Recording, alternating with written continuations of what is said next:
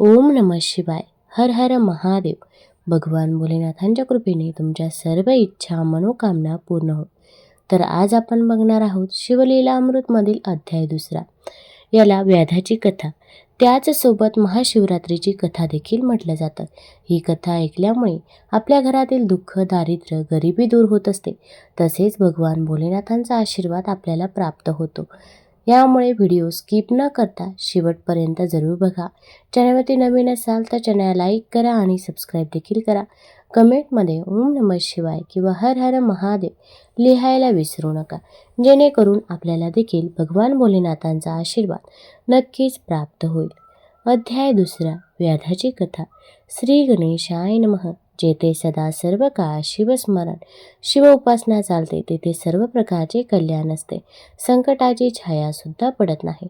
उपहासाने, विनोदाने, कोणत्याही निमित्ताने शिवस्मरण घडले तरी पापाचा विनाश होतो.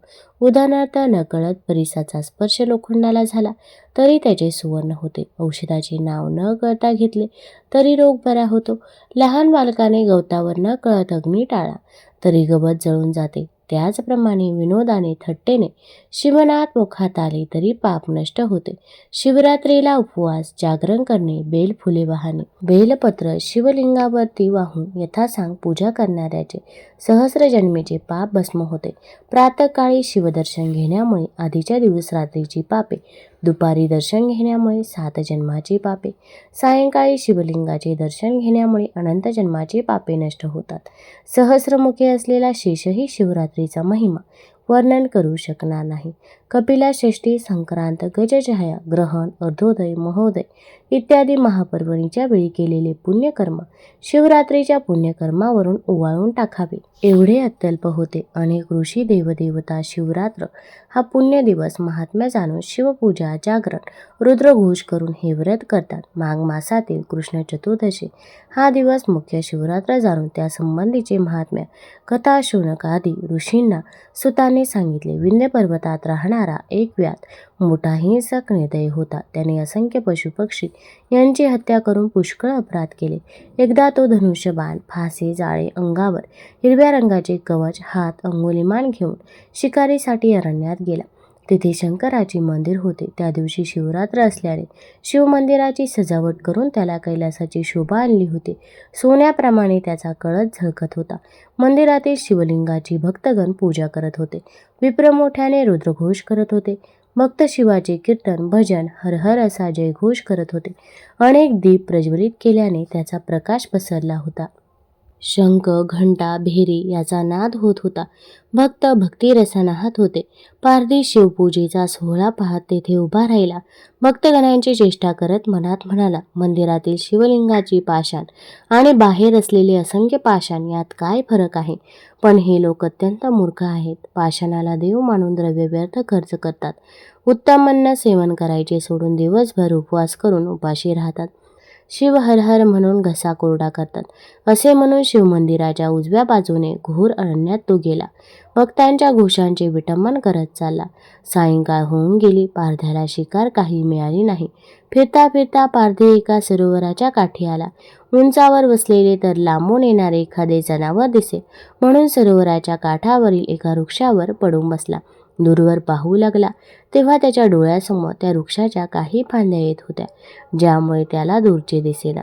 त्याने त्यासाठी त्या फांद्यांवरची काही पाने तोडून खाली टाकली. तो बेलाचा वृक्ष होता. वृक्षाखाली अत्यंत प्राचीन असे शिवलिंग होते.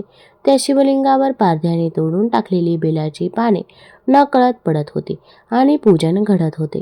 रात्रीचा पहिला प्रहर संपला आणि एक हरिणी पाणी पिण्यासाठी त्या सरोवराच्या काठी आली. ती गर्भवती असून तेजस्वी, सुकुमार दिसत होती. तिने दुरून पाहिले की प्रत्यक्ष मृत्यूसारख्या दिसणाऱ्या पारध्याने आपल्यावर मारण्यासाठी बाण रोखला आहे.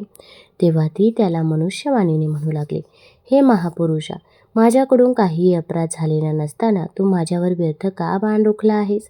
यावेळी मी गर्भवती आहे. माझ्या पोटात अज्ञानी सूक्ष्म गर्भ आहे. मला तू मारलेस तर माझ्या हत्येच्या पापाबरोबर तुला बालहत्येचे पातक लागेल. 100 बालकाला मारले तर 1 हरीण मारल्याचे पाप लागते. 100 हरिणींच्या वधामुळे एका बैलाच्या हत्येचे पाप लागेल. 100 बैलांच्या हत्येमुळे एका गोहत्येचे पाप लागते. 100 गोहत्येच्या पातकामुळे एका ब्राह्मणाच्या हत्येचे पाप लागते. 100 ब्रह्महत्येच्या पापामुळे एका स्त्री हत्येचे पातक. 100 स्त्री हत्येमुळे एका गुरु हत्येचे पाप लागते. एका गुरु हत्येच्या शतपट पाप गर्भिणीच्या वधाचे असते. असे असताना तू माझा अपराध नसताना का वध करतोस? पारधी म्हणाला, माझी बायको मुले घरी उपाशी आहेत. मीही आज दिवसभर भुकेला आहे. त्यांच्या उपजीविकेची माझ्यावर जबाबदारी आहे. त्यासाठी मला शिकार करण्याशिवाय अन्य पर्याय नाही. परंतु तू हरिणी पशु असून मनुष्यवाणीने बोलतेस, एवढे शास्त्र सांगतेस, याचे मला आश्चर्य वाटते. तुझी प्रार्थना ऐकून मला तुझी दया येते. मी धनुष्यबाण ठेवून देतो. मला सांग, तू पूर्वजन्मी कोण होतेस? एवढे ज्ञान तुला कोणाकडून मिळाले? हरिणी म्हणाली, पूर्वी रत्नप्राप्तीसाठी देवदानवाने केलेल्या समुद्रातून निघालेल्या रत्नापैकी मी ही रंभा नावाची अप्सरा म्हणून उत्पन्न झाले. माझ्या रूप, लावण्य, तारुण्य, त्याप्रमाणे नृत्य, गायन यातील कौशल्याने अनेक देवदानव मोहित झाले. ऋषी तपस्वी यांनी तपाचरण सोडून माझ्या प्राप्तीसाठी वेडे झाले. त्यामुळे मी अभिमानाने उन्मत्त झाले. शिवभजन, पूजन, शिवरात्री, सोमवार, प्रदोष व्रतही सोडून देवांच्या संगतीचा त्याग करून हिरण्य नावाच्या दैत्याजवळ राहू लागले. मद्यपान करू लागले. भगवान शिवाची आराधना सोडली. एके दिवशी हिरण्य दैत्य मृगयेसाठी दूर अरण्यात गेला. म्हणून सवड मिळता क्षणी मी कैलासावर शिवदर्शनासाठी गेले. मला पाहताच भगवान शिव क्रोधित झाले. मला शाप देत म्हणाले, तू आणि तुझ्या 2 सख्या मृत्यूलोकात हरिणी होऊन राहाल. हिरण्य दैत्य मृग म्हणून जन्माला येऊन तुमचा पती होईल. भगवान शंकरांची ती शापवाणी ऐकून मी फार दुःखी झाले. मला माझ्या कृतकर्माचा पश्चाताप झाला. नम्रपणे मी शिवाची प्रार्थना केली की, हे परमेश्वरा, कृपा करून मला शाप द्यावा. तेव्हा त्या दयाळू भोळ्या शंकराने शाप दिला की 12 वर्षानंतर तुम्ही सर्वजण मृगाचे शरीर टाकून मुक्ती, शिवलोक आणि आपले मूळ रूप प्राप्त कराल.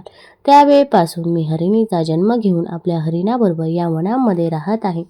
आता मी गर्भवती असून माझा प्रसूती काळ जवळ आला आहे.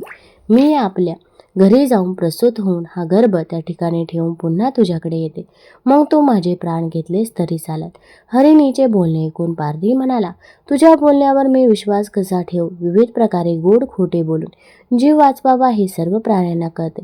तेव्हा तू केलेल्या महापापाचे उच्चारण करून शपथ घे. हरिणी म्हणाली, मी जर खोटे बोलत असेन तर ब्राह्मण कुळात जन्म घेऊन जो मनुष्य वेदशास्त्राचा अभ्यास, स्नान संध्या करत नाही, सत्य पावित्र्य यापासून दूर राहतो, त्याचे पाप माझ्या मस्तकी पडो. त्याप्रमाणे वेदाची विक्री, कृतघ्न, परपीडा करणारा, दानात विघ्न आणणारा, गुरु विष्णू शंकर यांचे टिंगल, यतीची निंदा, द्वैतमताचा प्रचार करणारा, मंदिरात पुराण श्रवणवेळी पान खाणारा, स्त्रीसंग करणारा यांचे पाप मला लागू. ती पुढे म्हणाली, नवरा बायकोचा वियोग करणारे, दुसऱ्याची वर्मे काढणारे, विद्या असून शिष्याला न देणारे, जे ब्राह्मण अनुचित दान घेतात, दुसऱ्याच्या गायी चोरणारे, अनुक्रमे नपुंसक, कावळे, पांगळे, रोगी, अल्पायुषी होतात, साधूला प्रजेला छळणारा राजा साप होतात, व्रत नेम करून ज्या स्त्रिया घरात धान्य असून पतीला उपाशी ठेवतात, कुरूप म्हणून पतीचा त्याग करतात, ज्या स्त्रिया ब्राह्मणपती यांना कडानं वाढून आपण पक्वान्न खातात, त्या स्त्रिया पुढील जन्मी अनुक्रमे बाल, विधवा, वेश्या, दासी, कुलटा, मांजरी, वांज होतात. स्वामीचा द्रोह करणारे सेवक, मोबदला न देता सेवा करून घेणारे, पती पत्नीचे बोलणे चोरून ऐकणारे, जारण मारण करणारे, यतीला उपाशी ठेवणारे, दिव्यातील तेल चोरणारे, ते पुढील जन्मी अनुक्रमे कुत्रा, भिकारी, अन्नदशाहते, भूतपिशाच्या जन्मभर दुष्काळ पीडित निपुत्रिक होतात. माता पित्याचा छळ, सासू सासऱ्यांना पीडा देणारे पुढील जन्मी माकड होतात. त्याची आपत्ती अल्पायुषी होतात. एवढे बोलून ती हरिणी म्हणाली, आत्तापर्यंतची सांगितलेली सर्व पापे मला लागूत. मी खोटं बोलेन तर शिवपूजेचा मी अपहार केला असे होईल. तिचा निर्धार शपथ ऐकून पारध्याच्या मनात विश्वास निर्माण झाला. त्याने तिला घरी जाण्याची अनुमती दिली. हरिणी म्हणाली, तू पुण्यवान होऊन शिवपदी जाशील. पाणी पिऊन हरिणी निघून गेली. पारधी अस्वस्थपणे बेलाची पाने तोडून खाली टाकत राहिला. हरिणीकडून शिव महात्म्याचे निरूपण ऐकले होते. त्याला वारंवार शिवस्मरण होऊ लागले. भक्तांकडून ऐकलेला शिवनामाचा घोष मुखातून होऊ लागला. इतक्यात दुसरी हरिणी पाणी पिण्यास आली. पारध्याने धनुष्यबाण सज्ज केले. ते पाहून हरिणी म्हणाली, हे सज्जन मानवा, माझ्यावर दया कर. मी यावेळी कामसक्त असून मला पतिभेटीची ओढ लागली आहे. त्याला भेटून माझी इच्छा पूर्ण करून मी येते. पारधी म्हणाला, शपथ घे. हरिणी म्हणाले, मी जर खोटे बोलेन तर विहीर, तळे, सरोवर, देवाचे मंदिर, देवाची मूर्ती भग्न करणारा गुरु, ब्राह्मण, वेदशास्त्र, ग्रंथ, संत, माता, पिता, राजा यांची निंदा करणारा, मद्यापी, दुराचारी, रणभूमीतून पळून जाणारा, क्षत्रिय, हरिहर चरित्रे नाकारणारा, व्याभिचारी स्त्री यांची पापे माझ्या मस्तकी लागून, हे सज्जन, सुशील, आज्ञाधारक मुलगा व सून यांचा उगाच छळ करणारा, आपसात भांडणारे भाऊ पुढील जन्मी कुरूप दरिद्री मासे होतात. प्रवाशांची चीजवस्तू चोरणारे, साधूंचे सोंग आणणारे, कन्या विक्रय, गाय विक्रय, अभय विक्रय करणारे ते पुढील जन्मी कृमी, हिस्र, पशु, अत्यंत शूद्र प्रेतावरचे कपडे घालणारे होतात. समाजात बसून खोटी साथ देणारे, लग्ने करून पत्नीमध्ये भेदभाव करणारा, दुसऱ्याचे पाणी पुरवठा बंद करणारा, अनुक्रमे गोची, क्षयी रोगी होतात. ग्रहणात जेवणारा, गर्भपात करणारी स्त्री, पत्नीला छळणारा पुढील जन्मी अनुक्रमे महारोगी, वांस, अर्धांगवायू होतो. जो सुतकातील अन्न खातो, ब्राह्मणाचे कर्ज बुडवतो, तो अल्पायुषी आंधळा होतो. गरिबाचे लग्न मोडतो, एका देवाची भक्ती दुसऱ्याची निंदा करतो. गोवध बैलाला मारणाऱ्याला पुढील जन्मी अनुक्रमे भिकारी, नपुंसक, मूर्ख मुलाचा पिता होतो. हरिणी पुढे म्हणाली, मी पतीला भेटून लवकर येते. हे असत्य घडले तर ही सर्व पापे मला लागोत. पारधी म्हणाला, ठीक आहे, तू जाऊन लवकर ये. इतक्यात हरिण पाणी पिण्यास आला. यावेळीही पारध्याला शिकार सापडल्याचा आनंद होऊन त्याने हरिणावर बाण रोखला. हरिण पारध्याला म्हणाला, हे महापुरुषा, माझ्या स्त्रिया पतिव्रता आहेत. त्यांना माझ्या मृत्यूच्या कल्पनेने महादुःख होईल, परंतु मी त्यांची समजूत घालून विचारून येतो. त्यांच्याप्रमाणे मी तुला परत येणारे वचन देतो. त्याबरोबर शपथ घेतो की मी असत्य भाषण करीन तर हरिकीर्तन विघ्न करणाऱ्याचे, शूद्र असून ब्रह्मकर्म करणाऱ्याचे, तीर्थयात्रेत अडथळा आणणाऱ्याचे पाप माझ्या माथी लागो. शास्त्राधार नसलेल्या क्षुद्र विषयावर कूटकाव्य करणारा, महाशिवरात्र एकादशी दिवशी अन्न खाणारा, देवमूर्ती, मूर्तींचे अलंकार, पूजेची उपकरणे चोरणारा यांना अनुक्रमे पुढील जन्मी पंडुरक, पोटशूळ, संग्रहणीसारखे असाध्य रोग होतात. अंगात सामर्थ्य असूनही गाय, ब्राह्मण यांच्यावरील अत्याचाराचे निवारण करत नाही. मित्रद्रोह, विश्वासघात करतात, त्यांना मस्तकशूळ, अंगाचा दाह सारखे असाध्य रोग होतात. शिवकीर्तन ऐकताना जो झोपतो, कीर्तन करणाऱ्याचा उपहास करतो, वादविवाद करतो, त्याचे पाप माझ्या माथी लागो. असे म्हणून तो हरिण निघून गेला. पारधी हरिण हरिणीच्या मुखाने होणाऱ्या शिवमहिम्यामुळे भारावून गेला. तो वारंवार शिवनाम जपू लागला. पाणी तोडून खाली टाकत राहिला. रात्रीचे 4 प्रहर संपले. शिव जागर झाला. दिवसभराचा उपवास, रात्री शिवमहिमा श्रवण, नामस्मरण पारध्याच्या हातून घडले. अरुणोदय झाला आणि तिसरी हरिणी पाणी पिण्यास आले. आता मात्र हिची शिकार करावी असे त्याच्या मनात आले. त्याने बाण सज्ज केला. तेवढ्यात ती मनुष्यवाणीने बोलू लागली. ती म्हणाली, हे दयाळू मानवा, तू मला मारू नकोस, कारण घरी माझी तान्ही बालके आहेत. त्यांना एक वार पोटभर स्तनपान करून मी येते. पारध्याला आता ही हरिणी काय शास्त्रार्थ सांगेल असे कुतूहल होते. ती म्हणाली, जर मी असत्य बोलेन तर सर्व महापापे माझ्या माथ्यावर येतील. हरिणी म्हणाली, गावाला आग लावणारा, गोब्राह्मणांना पाण्याविना वंचित ठेवणारा, प्रियजनांमध्ये कलह लावणारा, पुस्तके रत्ने विकणारा, गर्विष्ठ पुढच्या जन्मी अनुक्रमे क्षयरोगी, आंधळा, मुका, रेडा, ससाना होतो. मृत्यूनंतर यमलोकात त्याला असह्य यातना देऊन शासन करतात. भक्तनींना, मातापित्याला ताडण, यतीला विनमुख पाठवणारा कृपण हा पुढल्या जन्मी अनुक्रमे मुखरोगाने त्रस्त सर्पपांगळा होतो. आता पारध्यालाही सर्वांचा विश्वास वाटू लागला. त्याने तिलाही घरी जाऊन बाळांना स्तनपान देऊन येण्याची आज्ञा दिली. त्या 3 हरिणांपैकी पहिली प्रसूत झाली, दुसरीने पतीची भेट मोठ्या प्रेमाने घेतली, तिसरीने बाळाला पोटभर स्तनपान दिले.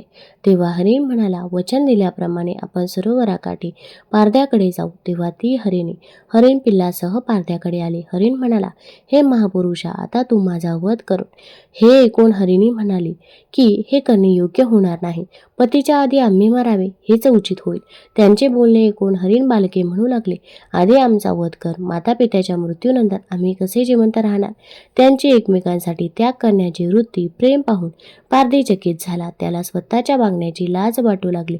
झाडावरून उतरून त्याने हरिणीचे पाय धरले व म्हणाला, तुमच्या मुखातून मनुष्याच्या आदर्श जीवनाचे मार्गदर्शक निरूपण ऐकले. मी पापमुक्त झालो असे म्हणून त्याने धनुष्यबाण इतर प्राणघातक शस्त्रे टाकून दिले. सद्गतीत होऊन त्याने सर्वांची क्षमा मागितली. मला आत्मज्ञान प्राप्त करून देणारे आपण माझे गुरु आहात. आता मला या खोट्या संसाराचा मोह नाही. शिवपदी विलीन होण्याची माझ्या अंतःकरणाला ओढ लागली आहे असे पारधी म्हणत आहे. तोच आकाशातून एक दिव्य विमान आले. त्यामध्ये पंचवदन दशमुख व्याघ्रांवर नसलेले तेजपुरुष शिवगण बसले होते. शिवगण शिवमहिमा गात होते. किन्नर स्वर्गीय दिव्य नादमधुर वाद्य वाजवत होते. विद्याधर शिवस्तुती गात होते. देवगण आकाशातून पुष्पवृष्टी करत होते. त्या क्षणी हरिणाचे शरीर मानवी झाले. त्यांना नमस्कार करताना पार्थ्याचे शरीर शिवगणाप्रमाणे दिसू लागले. शिवगणांनी त्याला प्रार्थना केली. विमानात घेतले. हरिणांनी मानवी देहाने विमानात प्रवेश केला. देव पार्थ्याच्या भक्तिभावाची स्तुती करू लागले. पारधी त्याच्या इच्छेप्रमाणे शिवपदी विलीन झाला. मनुकांना हरिणाला तारामंडळात स्थान मिळाले. भगवान व्यासांनी लिंगपुराणात जे वर्णन केले आहे त्याचे मी प्राकृतात वर्णन केले आहे. हे शिवरात्री व्रत श्रवणाने पठणाने पातके नष्ट होऊन जीवन कृतार्थ होते. तुम्हाला जर ही कथा आवडली असेल तर चॅनल लाईक करा, सबस्क्राईब करा आणि कमेंटमध्ये हर हर महादेव जरूर लिहा. धन्यवाद.